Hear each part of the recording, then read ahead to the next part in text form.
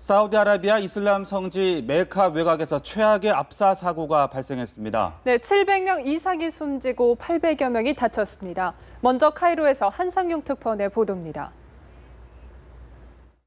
이슬람 최대 연례 행사인 성지 순례가 진행 중인 사우디 메카 외곽의 미나 지역. 도로 바닥에 실신한 사람들과 옷가지와 신발, 소지품 등이 널브러져 있습니다. 군인들과 구조대원들이 현장을 분주히 오가며 사상자를 옮기거나 긴급 구조활동을 펼칩니다. 주변에는 구급차 수백 대의 사이렌 소리가 끊이지 않습니다. 현지 시간으로 24일 오전 9시께 순례객들이 순식간에 뒤엉키면서 대형 압사사고가 발생했습니다. 이 사고로 수백 명이 숨지고 부상자 중에는 중상자도 있어 사망자는 더 늘어날 것으로 보입니다. 사우디 당국은 지금도 구조작업을 펼치는 동시에 사고 원인을 조사하고 있다고 밝혔습니다. 목격자들은 수십만 명이 성지 순례 행사 중 하나로 벽에 돌을 던지는 의식에 참가하던 중 사고가 벌어졌다고 말했습니다. 따라서 같은 시간대 좁은 지역에 인파가 한꺼번에 몰리면서 압사 사고가 난 것으로 추정되고 있습니다. 사우디는 당장 이번 대형 악재에 충격을 받은 동시에 사고 예방을 제대로 하지 못했다는 비판도 받을 것으로 전망됩니다.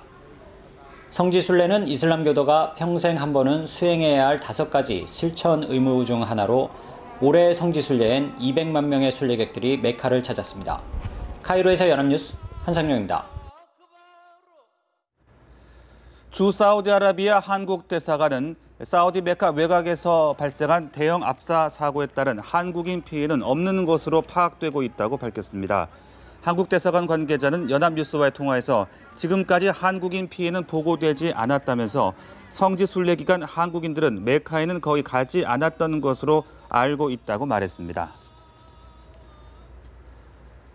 박근혜 대통령이 미국 뉴욕에서 열리는 유엔 개발 정상회의와 유엔 총회에 참석하기 위해 오늘 오후 출국합니다. 네, 북한의 추가 도발을 억제하고 한반도 평화 통일에 대한 국제사회 이해를 구하는 데 주력할 전망입니다. 김혜영 기자입니다.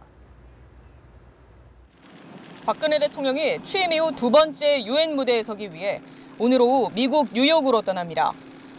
박 대통령은 먼저 26일에 앞으로 15년간의 국제개발 지침을 정하는 유엔 개발 정상회의 본회의에서 기조연설을 합니다. 이어 오는 28일 유엔 본회의장에서는 유엔 총회 기조연설을 할 예정입니다. 또 오바마 미국 대통령과 반기문 유엔 사무총장이 공동 주재하는 유엔 평화활동 정상회의에도 참석합니다. 북한이 다음 달 10일 노동당 창건 70주년을 앞두고 추가 도발을 시사하는 만큼 북한의 도발을 억제하는 데 외교 역량을 모을 것으로 보입니다. 또 한반도 평화 통일이 한반도뿐 아니라 국제사회에도 이익이 된다는 점을 부각하면서 통일 외교 전략의 외연을 넓힐 것으로 전망됩니다.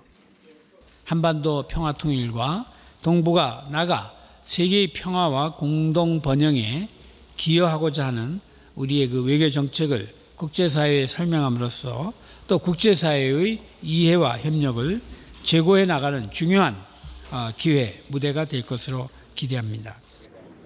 박 대통령은 새마을 운동을 공유하고 확산하기 위한 새마을 운동 고위급 특별 행사에도 참석할 예정입니다.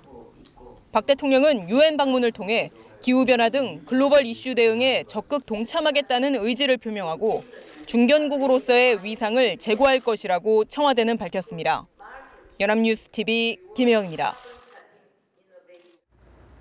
박근혜 대통령이 다음 달 10일 노동당 창건일을 앞두고 북한이 도발할 경우 대가를 치를 것이라고 강력히 경고했습니다. 네, 보도국 취재기자 연결해서 자세한 소식 들어보겠습니다. 정영빈 기자.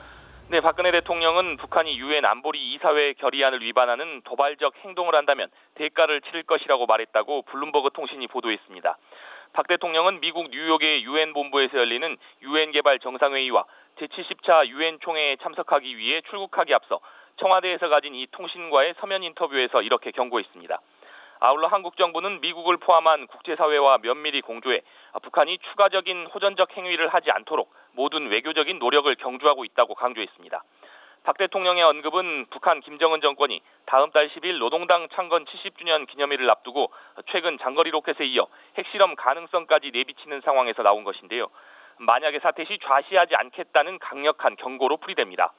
특히 박 대통령은 만약 북한이 핵무기를 포기하는 결정을 한다면 국제사회와 함께 다양한 지원을 제공할 것이라며 핵과 경제 병진 노선의 포기를 거듭 촉구했습니다. 박 대통령은 오는 10월이나 11월 열릴 것으로 보이는 한중일 고위 당국자 회동을 언급하기도 했는데요. 북핵을 비롯한 현안의 진전 상황에 대해 3국의 지도자가 더욱 잘 이해해 북핵 도전을 더욱 강하게 압박할 수 있는 공통 근거를 찾는 좋은 기회가 될 것이라고 밝혔습니다. 이어 일본 정부를 향해서도 최근 의회를 통과한 안보 법안과 관련한 일본 안팎의 우려를 잘 인식해야 할 것이라면서 다만 이 법안을 과도하게 해석하는 것은 삼가야 한다고 지적했습니다. 지금까지 보도국에서 전해드렸습니다.